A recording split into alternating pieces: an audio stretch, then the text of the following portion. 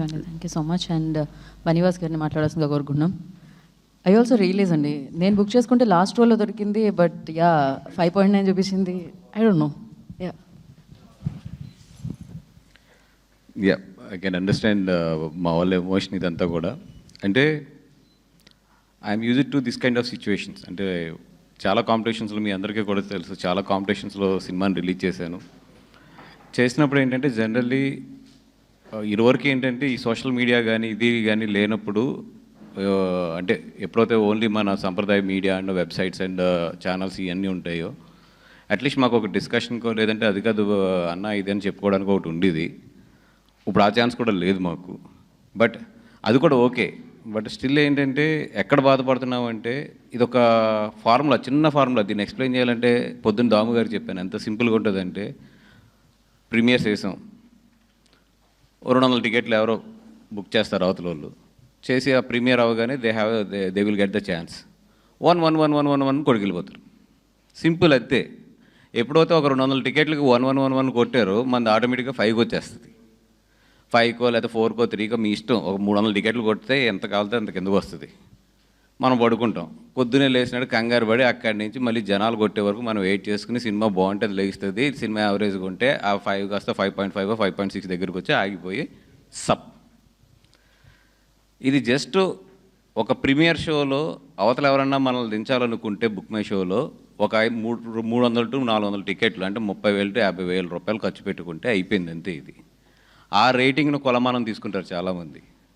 కొన్ని ఓకే రివ్యూర్స్ రాశారు, వాళ్ళకి నచ్చచ్చు నచ్చకపోవచ్చు, ఒక విశ్లేషణ ఉంటుంది. కొంతమంది సీనియర్స్ రివ్యూర్స్ రాస్తే ఒక విశ్లేషణ ఉంటుంది. కొన్నిసార్లు రైట్ సైడ్ ఉండొచ్చు, కొన్ని సైడ్ రాంగ్ సైడ్ ఉండొచ్చు, ఏదైనా పర్లేదు, అది ఓకే, దట్స్ ఓకే. ఎందుకంటే వాళ్ళకి ఒక పాయింట్ ఆఫ్ వ్యూ ఉంటుంది. ఇది అసలు ఉండదు, వెళ్ళి టపటపడపడ కొట్టుకెళ్తే అది వెళ్ళిపోతుంది అది కిందకి. అది దాంట్లో ఎవరు కొడతారు ఏంటి అన్నీ తెలుసు మాకు.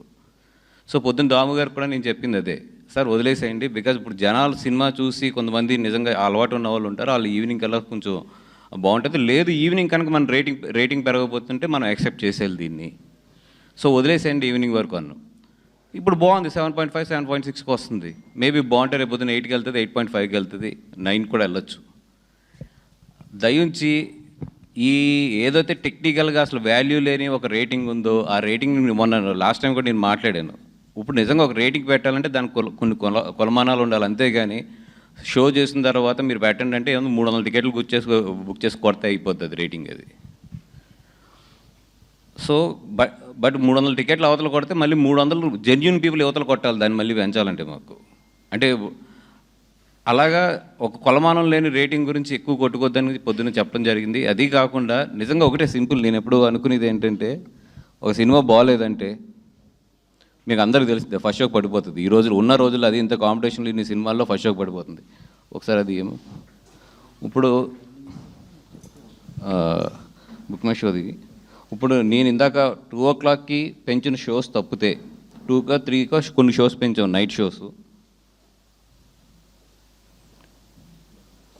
అవి తప్పితే ప్రజెంట్ అంటే ఇప్పుడు 4:40 5 o'clockకి ఇంచుమించి 2.35 మీద per hour వెళ్తుంది. అంటే సినిమా బాగోకపోతే మీ అందరికీ తెలుసు అసలు 2.35 మీద per hour అనేది highly impossible. And second thing చూస్తే టోటల్ మొత్తం ఎక్కడ కూడా ఆరెంజ్. అంటే ఇన్ని షోల మీద మీకు అందరికీ కూడా తెలుసు, నా దగ్గర అంత డబ్బు అయితే లేదు నిజంగా టికెట్లకి.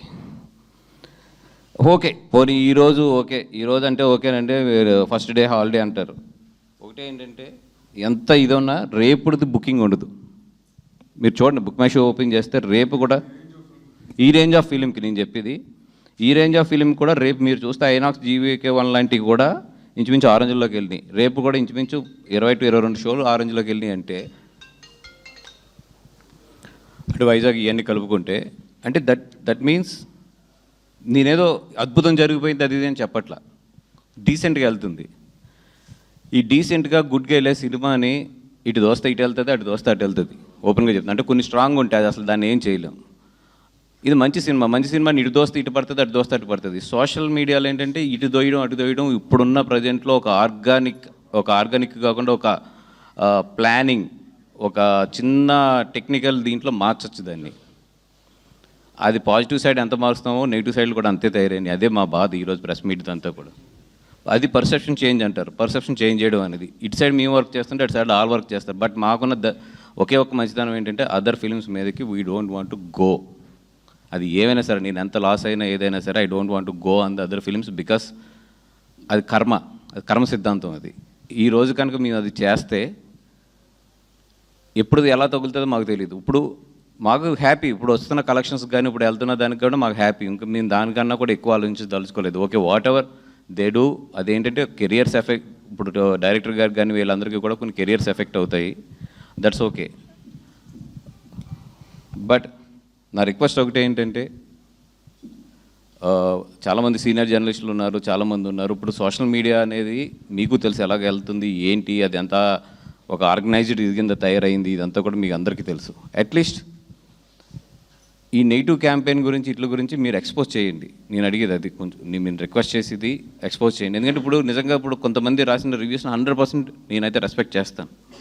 ఎందుకంటే that is there personal perspective, ఒక్కొక్కరికి ఒకటి ఉంటుంది, దాని నుంచి వాళ్ళు రాస్తారు. బట్ ఏంటంటే కొన్ని సోషల్ మీడియాలో చిన్న అవి సైట్స్ కూడా, పెద్ద సైట్స్ ఉండవు, బట్ బూతులు తిడతా రాస్తారు వాళ్ళు. అది తీసుకుని ఇంకో బ్యాచ్ ఏం చేస్తుందంటే దాన్ని పంపం చేస్తుంది. మీరు చూస్తే ఏంటంటే దాని ఫాలోవర్స్, అట్లా రాసిన ఫాలోవర్స్ అంతా 100, 200, 300 ఉంటారు. బట్ వ్యూస్ చూస్తే 21, 30,000, 50,000, 60,000 వ్యూస్ ఉంటాయి. దట్ మీన్స్ దాన్ని బూస్ట్ పెట్టారనికి. అది వెరీ సింపుల్, అది లాజిక్ అది. సో ఇట్లాంటివన్నీ కూడా చూసాము, ఇవన్నీ తెలుసు టెక్నికల్గా. కాకపోతే ఏంటంటే నవ్వుకుంటూ వెళ్ళిపోతూ ఉంటాం అంతే. ఇంకా అంతకన్నా కూడా ఎక్కువ ఆలోచించి అది బుర్రకు తీసుకుని ఇది చేసుకోకూడదు. ఎందుకంటే కాంపిటీషన్లో ఉన్నప్పుడు కొన్ని తయారయ్యాయి అలా ఆర్గానిక్గా. అది ఒకసారి చాలాసార్లు నేను ఫేస్ చేశాను. ఇప్పుడు వీళ్ళకి తగిలినప్పుడు ఆ ఎమోషన్ బయటకు వస్తుంది. నా ఎమోషన్లు ఇవన్నీ అయిపోయి సరైన ఒక సాధువు కింద తయారైపోయాను నేనైతే. మనం